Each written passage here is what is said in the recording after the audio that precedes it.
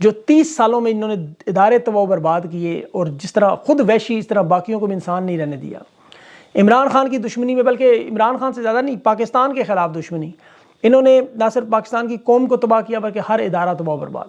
Information technology جو عمران خان دنیا میں ایکسپورٹ کا ایک بہترین ذریعہ بنا چکا تھا، 6.5 مہینوں میں اس نگران حکومت نے عمر صاحب جو IT منسٹر لگایا، اس نے موجودہ ایکس ٹویٹر جو کمپنی ہے VPN پر ساری منتقل کروا دی، سوائے لوگوں کے حقوق سلب کرنے کے اور کوئی کام IT میں بھی نہیں ہوا۔ آج یہ مجبور ہے، لوگ مجبور ہیں کہ ان کی آواز بند ہوئی تو وہ کرکٹ کا سہارا لے کے PSL کے میدانوں میں پہنچ گئے کہ وہاں عمران خان کے نعرے لگا کے اپنے دل کی بڑھاس نکالیں، وہاں یہ سپیکر بند کر رہے ہیں۔ 21 مہینوں میں یقین کریں جتنی نفرت پاکستان کے اداروں نے کمائی، آپ اس کا اندازہ نہیں کر سکتے، کیونکہ 3 کروڑ لوگوں نے سخت سردی کے موسم میں لائنوں میں لگ کر اپنا ووٹ کہا کہ استعمال کیا۔ ہم لوگوں نے اپنے تن من دھن کی بازی لگائی، انہوں نے جوتے کی نوک کے نیچے مسل دیا۔ چور، ڈاکو، مجرم، لٹیرے، بگھوڑے یہ اس 24 کروڑ پر مسلط کیے، جن سے اس وقت لوگ شدید نفرت اور حقارت کر رہے ہیں۔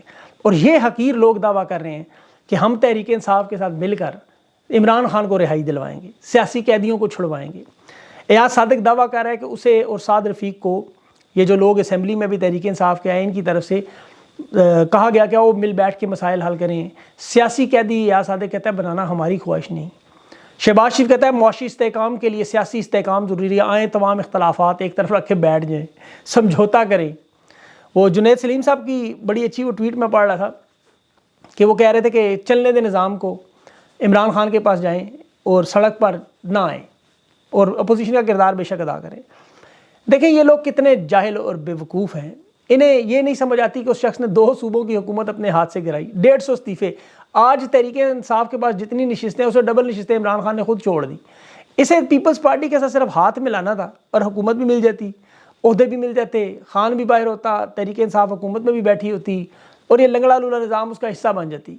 خود خورشید شاہ تسلیم کر رہا ہے کہ لیکن عمران خان نے ڈیل نہیں کی۔ وہ ملک سے کیونکہ بھاگا نہیں، اس کے بیرون ملک میں کچھ ہے نہیں، اثاثے نہیں ہیں۔ اور یہ وہ لوگ ہیں، ان کی آخری عمر میں ضلالت دیکھیں کہ نواز شریف صرف اپنے کیسز ختم کروانے اور بیٹی کو وزیر اعلیٰ بنانے کے لیے لیٹ گیا، الٹا وہ بھی اپنی اولاد کی سیاسی لانچنگ کے لیے انہوں نے پاکستان کے مفاد کو اٹھا کے باہر پھینکا۔ خان کبھی اصول سے ہٹ کر سیاست نہیں کرے گا، اور یہی وجہ قوم کھڑی ہے آج اس کے ساتھ، آج بھی اس کا ذکر ہے۔ دیکھیں اب اسی لیے لوگ کوشش کریں خان پہ سختی بڑھائیں، لیکن اب پاکستانیوں آپ نے کرنا کیا ہے، بڑے غور سے سنیے گا۔ ابھی تو یہ کوشش کریں گے جو صدر اور گورنر اجلاس نہ بھی بلائیں تو اسپیکر کے ذریعے 29 تاریخ کو بلا کے یہ واردات مکمل کریں، اور اس دوران IMF جو پہلی قسط دینے کے لیے گفت و شنید شروع کرنے آ رہی ہے، اس میں 1.8 ارب کا قرضہ مانگنا، اور پہلی قسط کے لیے جو ابھی جو گردشی قرضے ہیں یہ 385 ارب کے قریب آپ کو پتہ ہے پہنچے تھے۔ حال ان کے پاس یہ بجلی اور گیس کی قیمتوں میں اضافہ کریں۔ ابھی جو وفد آئے گا اس کے بعد جو پاکستانی عوام پہ گیس بجلی کے بم گریں گے وہ آپ سوچ نہیں سکتے۔ اس وقت جو سرکولر ڈیٹ ٹوٹل جو سرگردشی قرضہ ہے جون 2023 تک جس کی میں بات کر رہا ہوں وہ خربوں میں پہنچ چکا ہے۔ IMF کے قرضے کے بغیر یہ ایک دن بھی نہیں گزار سکتے، ان کے پاس تنخواہ دینے کو نہیں ہوگی۔ یہ صرف اور صرف وقت حاصل کر رہے ہیں، اور یقین کریں ایک ایک دن جو ہے اس وقت پاکستان کی قوم دیکھ رہی ہے، گن رہی ہے، اور کیونکہ انہوں نے بھاگ جانا ہے اس کے بعد۔ اب جو نتیجہ خیز لڑائی ہے دیکھیں اس کا تو آخری دور امریکہ میں ہوگا جہاں سے کھیل شروع ہوا۔ آج جو پاکستانی امریکہ میں رہائش پذیر ہیں وہ اپنا کام کر رہے ہیں۔ ڈونلڈ ٹرمپ کے قریبی ساتھی کانگریسمین ٹرائے نیلس سے ان کی ملاقات ہوئی، الیکشن کا سارا تفصیل سے فارم 45 47 ریگنگ کیسے ہوئی، دھاندلی کیسے ہوئی، کس طرح لوگ اٹھائے، سارا اسے سمجھایا گا۔ یاد رکھیں ڈونلڈ ٹرمپ کے بڑا قریبی ساتھی ہے، یہ معاملہ اٹھائے گا۔ اللہ نے دیکھیں تخریب کے اندر تعمیر رکھی ہے، جہاں امریکہ سے تخریب کا یہ عمل شروع ہوا تھا آج سے 2 سال پہلے، وہیں سے انشاءاللہ تعمیر بھی شروع ہوگی، یہ میری بات آپ یاد رکھیے گا۔ ڈونلڈ ٹرمپ اس وقت یک طرفہ طور پر کامیابی میں پہلے نمبر پر جا رہا ہے، اس کے مقابلے میں جو بائیڈن جو کہ بڑی کمزور پوزیشن پر ہے اس کے پاس 91 امیدوار ہیں، ڈونلڈ ٹرمپ کے پاس 107۔ اب ڈونلڈ ٹرمپ عمران خان کی طرح 91 کیسز بھی فیس کر رہے ہیں، یاد رکھیے گا۔ امریکی اسٹیبلشمنٹ نے اس کے نام پہ بھی ریڈ لائن لگائی ہوئی ہے، کاٹا لگایا ہوا ہے۔ اب یہ امریکہ کا پہلا صدر تھا جسے گرفتار بھی کیا گیا۔ ادھر عمران خان بھی پاکستان میں پابند سلاسل ہے۔ البتہ ٹرمپ کو یہ سہولت ہے کہ وہ انتخابی الیکشن میں اپنی مہم چلا رہا ہے، بڑے بھرپور طریقے سے چلا رہا ہے، اور امریکہ کے لوگوں نے وہاں بھی دیکھیں 9 مئی کی طرح کیپٹل ہل پہ جو حملہ تھا اسے مسترد کر دیا، وہ نہیں ماننے کو تھا، جو شرپسند ہیں انہیں آپ گرفتار کریں، باقی لوگ چھوڑ دیے انہوں نے۔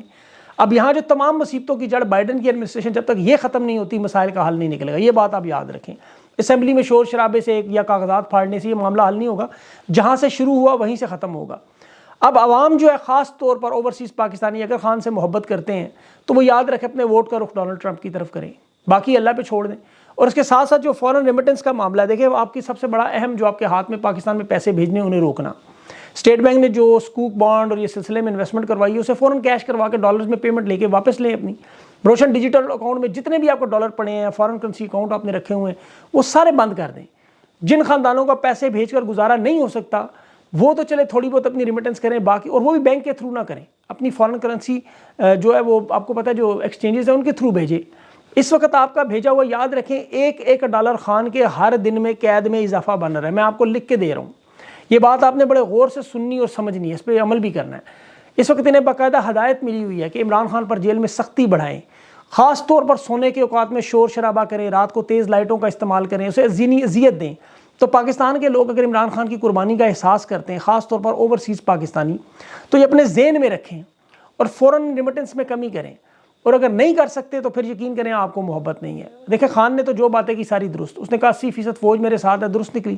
آج آپ فارم 45 اٹھا کے دیکھ لیں، وہ تمام علاقے جہاں جہاں فوج کالونی موجود ہے، ادارے موجود ہیں، کینٹ کے علاقے موجود ہیں، اور وہ تمام علاقے جہاں جہاں ان کی خاندان اور ان کی بستیاں آباد ہیں چاروں صوبوں میں، جہاں ان کے بھرتی کے سینٹرز ہیں، جیسے اٹک، جیلم، پنڈی، کامرا، چکلالہ، مری ہے، یہ سارے کے سارے علاقے، خیبر پختونخوا کے آپ سارے علاقے اٹھا کے دیکھ لیں، پنجاب کا گڑھ، گجرانوالہ، لاہور، بہاولپور، منگلا، یہ سارے اٹھا کے دیکھ لیں، ساؤتھ پنجاب اٹھا کے دیکھ لیں، فارم 45 کے مطابق سامنے رکھیں، بلکہ کراچی چلے جائیں، ملیر چلے جائیں، ادھر گوادر چلے جائیں، حیدرآباد، سکھر، تمام علاقے، ایک ایک جگہ پر یہ ان کا عوام فوج کا عمران خان سے محبت میں شدت آئی ہے۔ فارم 45 کا ثبوت ہے، ووٹوں کی لوگوں نے بھرمار مار دی۔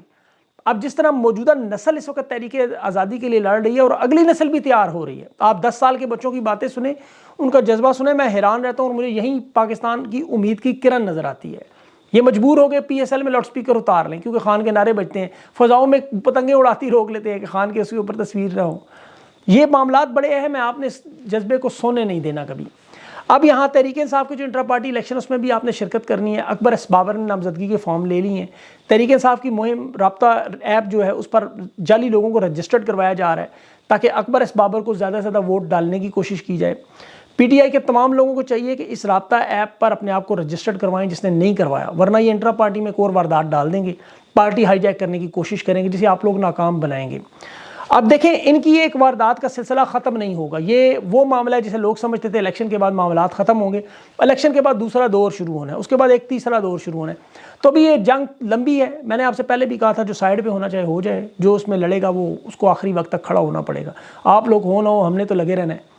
ابھی جنرل فیض کے بارے میں بھی اطلاع، اسے کوئی زہر شہر دینے کی کوشش کی گئی، لیکن خیر اب پاکستان کی قوم اس سے کوئی غرض نہیں، کوئی پاگل ہو کے ٹکریں مارے دیواروں میں، کوئی اٹھ کے چیخ کے عمران خان کا نام لے کے راتوں کو روئے، اور کوئی چاہے نیند کی گولیاں کھا کے سوئے۔ اب پاکستان کی قوم کے ان کے ساتھ کوئی غرض نہیں ہے، وہی لوگ ہیں جنہوں نے اقتدار کے ان لوگوں کو لانے کی لالچ میں، اپنی نوکریوں میں صرف مدت توسیع کی لالچ میں ان تمام لوگوں نے عمران خان کی حکومت گرائی۔ تو ان لوگوں کا معاملہ میں اس لیے زیادہ چھیڑتے ہی نہیں، اب یقین کریں دل ہی نہیں کرتا ان کے بارے میں بات کرنے کو بھی۔ لیکن پاکستان کی قوم، یقین کریں آپ، ابھی بھی آپ لوگوں کے پاس بڑا وقت ہے، اور آپ لوگ دنوں میں جس طرح مجھے کچھ تھوڑے سے لوگوں کے سے مایوسی کی بو آ رہی ہے، وہ دیکھ رہے ہیں حکومت بنتی ہوئی، ہو سکتا ہے جس دن آپ شہباز شریف کو حلف اٹھاتے دیکھیں، زرداری کو دیکھیں، آپ کو مایوسی ہو، لیکن یہی تو لڑائی ہے، یہی تو لڑائی ہے کہ ان دونوں خاندانوں کو آپ نے اقتدار سے ہٹانا ہے۔ اگر آپ اسی طرح، یہ تو آپ کا پہلا مارکا، آپ جیتے، آپ نے ووٹ ڈالا، آپ نے جان ماری، ابھی تو اس کے ساتھ اپوزیشن کا کردار ادا کرنا۔ یاد رکھیں خان کی سیاست میں جو 27 سال کی سیاست ہے، اس میں 24 سال کی سیاست تو مزاحمت کی سیاست ہے، 3 سال کا صرف اقتدار ہے، اور وہ بھی لنگڑا لولا اقتدار تھا آپ کے سامنے، اس میں بھی خان نے پرفارم کیا۔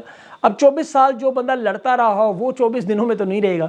آپ لوگ اگر تھک گئے ہیں، اگر ہار گئے ہیں تو بے شک ہٹ جائیں، لیکن مجھے امید ہے جو لوگ یہ میری بات سن رہے ہوں گے یہ اس کا رسپانس دیں گے، اور آپ کے کامنٹ سے ہمیں بھی حوصلہ ملتا ہے۔ اگر آپ لوگ ہتھیار گرائیں گے تو مایوس تو میں کبھی نہیں ہوں گا انشاءاللہ جب تک زندہ ہوں، لیکن کم از کم وقتی طور پر یہ نظر آتا ہے کہ لوگ کیوں مایوس ہیں، وہ پھر کام میں اضافہ ہوتا ہے، پھر آپ کے لیے روزانہ زیادہ محنت کرنی پڑتی ہے، تو اس لیے آپ تھوڑا سا خیال کریں، مایوسی کا اظہار جو ہے وہ بالکل اپنے ذہن میں نہ لائیں۔ یہ لڑائی لمبی ہے، ذرا ان کو آنے تو دیں، پھر اس کے بعد آپ کو پتہ ہے ذرا ڈھولکی رکھ کے بجائی جائے گی کہ اگر آپ حکومت میں ہوتے تو ہم لوگ پھنس جاتے، کیا تنقید کرتے اور کس کے اوپر کرتے۔ اس لیے اب تو کھل کے ذرا ان کی رگڑا لگانے کا ٹائم آئے گا، روز آپ کو ایسی ایسی باتیں ملیں گی۔ ابھی میرے ساتھ علی محمد خان آ گئے ہیں، اور ان سے جو ہے میں نے یہ سوال پوچھنے ہیں۔ دیکھیں اب تحریک انصاف کے بھی لوگوں پر تنقید کرنی پڑے گی، جو ٹھیک کام نہیں کر رہے، جو ہمیں نظر آ رہا ہے کہ انہیں جان مارنی پڑے گی، وہاں انہیں جگانا پڑے گا، وہاں ان پہ تنقید کا رگڑا ضرور لگے گا، تاکہ وہ لوگ اٹھیں اور وہ کام کریں۔ یہ کسی کا ٹھیکہ تو ہے نہیں، ہے پاکستان کا معاملہ ہے، عمران خان کا معاملہ ہے، ساری قوم کا معاملہ ہے، اس لیے ہم سب کو مل جل کر اس پہ کام کرنا ہوگا۔ اللہ پاکستان پر اپنا رحم و کرم کرے۔ اگلے انٹرویو تک کے لیے مجھے اجازت دیں، اللہ حافظ۔